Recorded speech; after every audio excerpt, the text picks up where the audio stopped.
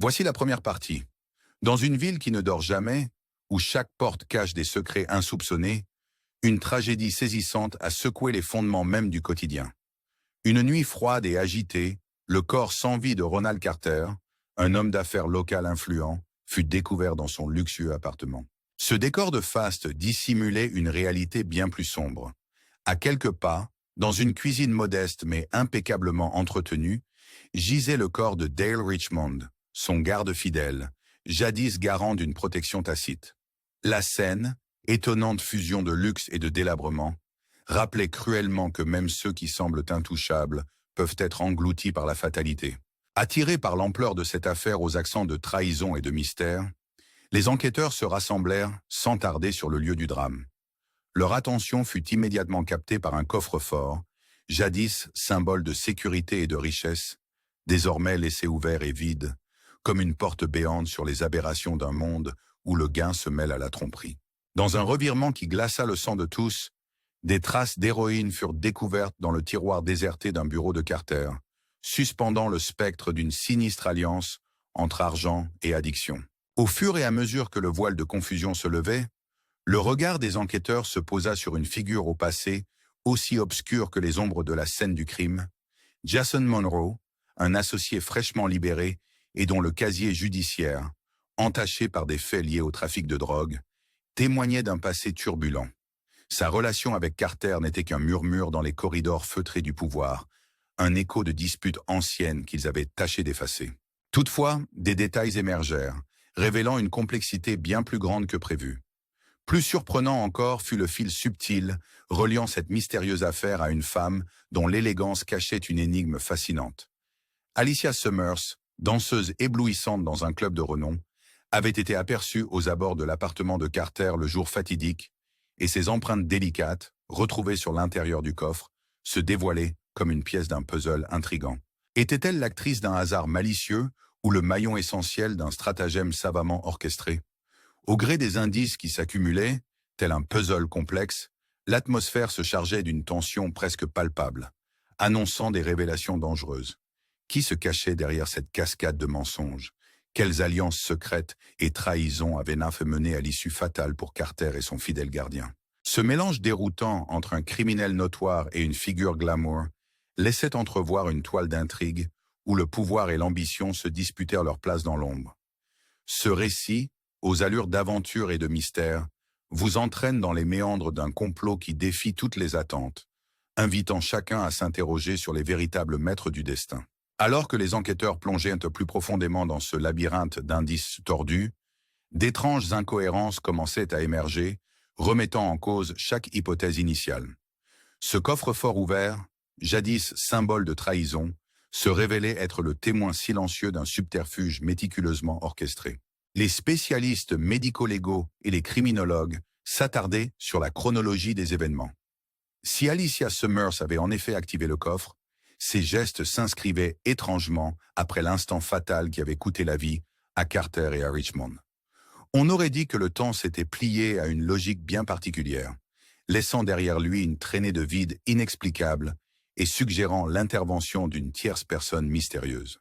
Dans l'esprit des enquêteurs, menés par l'infatigable Michael Donovan, les hypothèses tourbillonnaient avec la force d'une tempête noire. Pourrait-il être possible que quelqu'un ait manipulé la scène pour détourner l'attention? Chaque nouvelle révélation superposait des couches de complexité à cette énigme. La suspicion qui pesait sur Jason Monroe, ce trafiquant récemment libéré, ne cessait de grossir. Malgré son passé criminel et ses liens supposés avec Carter, les investigations laissaient entendre que sa présence dans l'appartement n'était qu'une diversion habile, une pièce sacrifiée dans un jeu d'échecs bien plus vaste. Des images de vidéosurveillance, floues et ambiguës, obtenues par un voisin, peignaient le portrait d'un homme emporté par le courant irrésistible des événements, plutôt que celui d'un cerveau criminel maître de tout. Le rapport médico-légal dévoilait également une terrifiante régularité. La présence d'héroïne dans le tiroir du bureau de Carter le liait à un univers suspendu entre légalité précaire et fortune éphémère.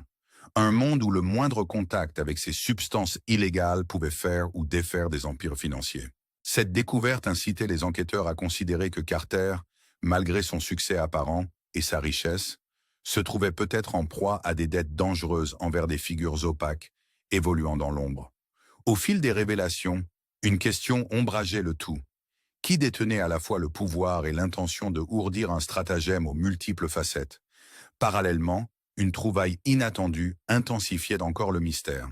Un registre secret, ignoré lors du premier passage dans l'appartement, laissait entrevoir un lien insoupçonné entre les hautes sphères du monde des affaires et les réseaux tentaculaires du milieu criminel.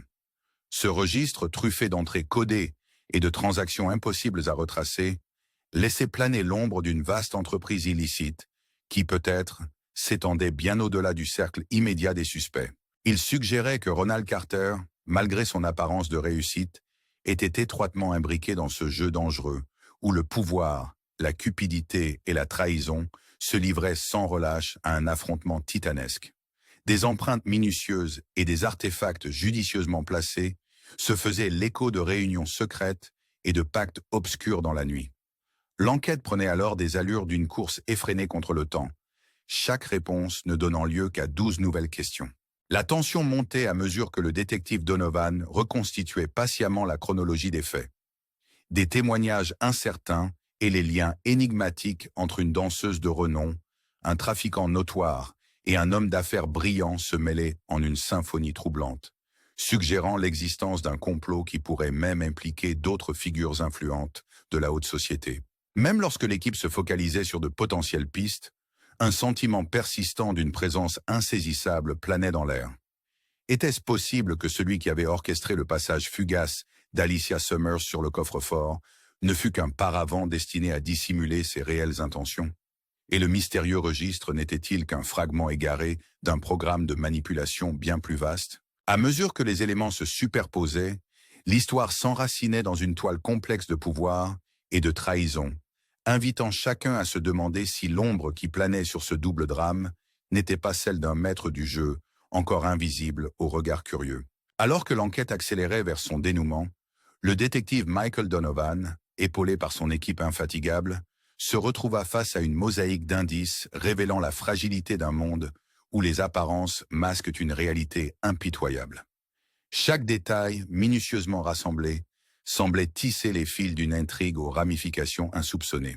D'étranges chronologies décalées, des transactions bancaires énigmatiques et le registre secret, jadis relégué au second plan, se transformaient en autant de pièces d'un puzzle macabre.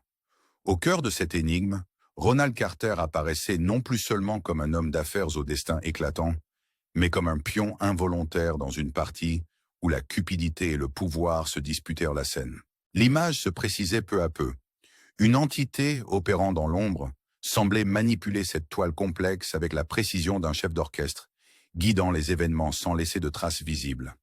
Tandis que les détectives retraçaient les dernières minutes fatidiques de cette tragédie, chaque élément décisif renforçait l'hypothèse d'un stratagème soigneusement orchestré.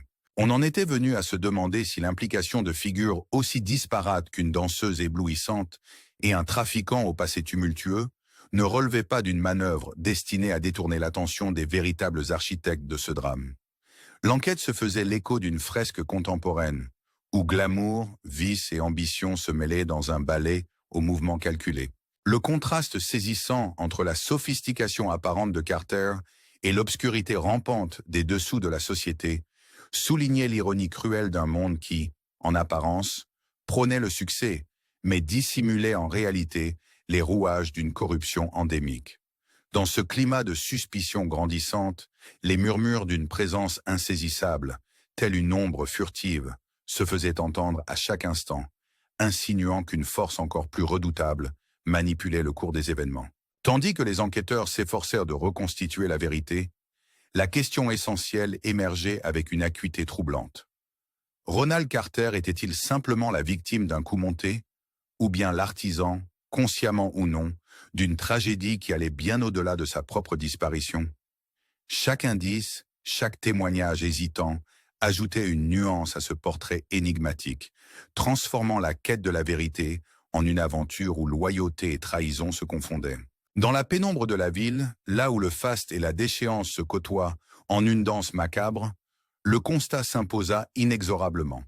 Dans un univers où l'ambition se monnaie au prix de l'âme, le véritable maître du jeu pourrait bien n'être encore qu'une ombre parmi tant d'autres.